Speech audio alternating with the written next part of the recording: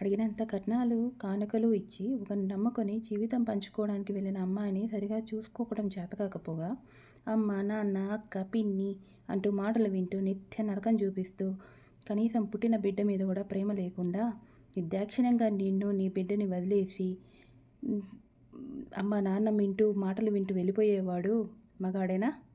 అలాంటి వాడికి పెళ్ళెందుకు?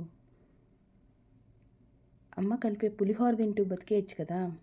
సొంత నిర్ణయం లేని వాడికి భార్య బిడ్డ సంసారం లాంటివి ఎందుకండి? అదెలా?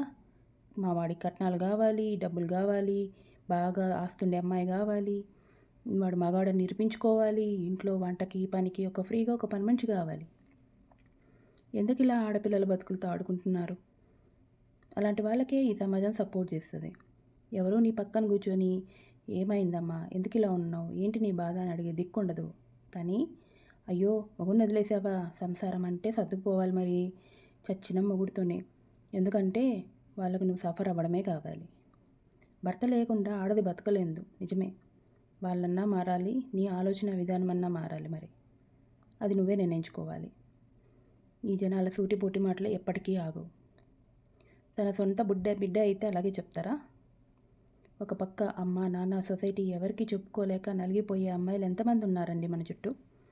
నువ్వు చేస్తే వాడికి ఫ్రీడమ్ దొరుకుతుందేమో కానీ నీకు మాత్రం న్యాయం ఎప్పటికీ దొరకదు. మనిషి ఉన్నప్పుడు ఇవ్వలేని విలువ చచ్చాక నీ ఫోటోకి ఇస్తారా?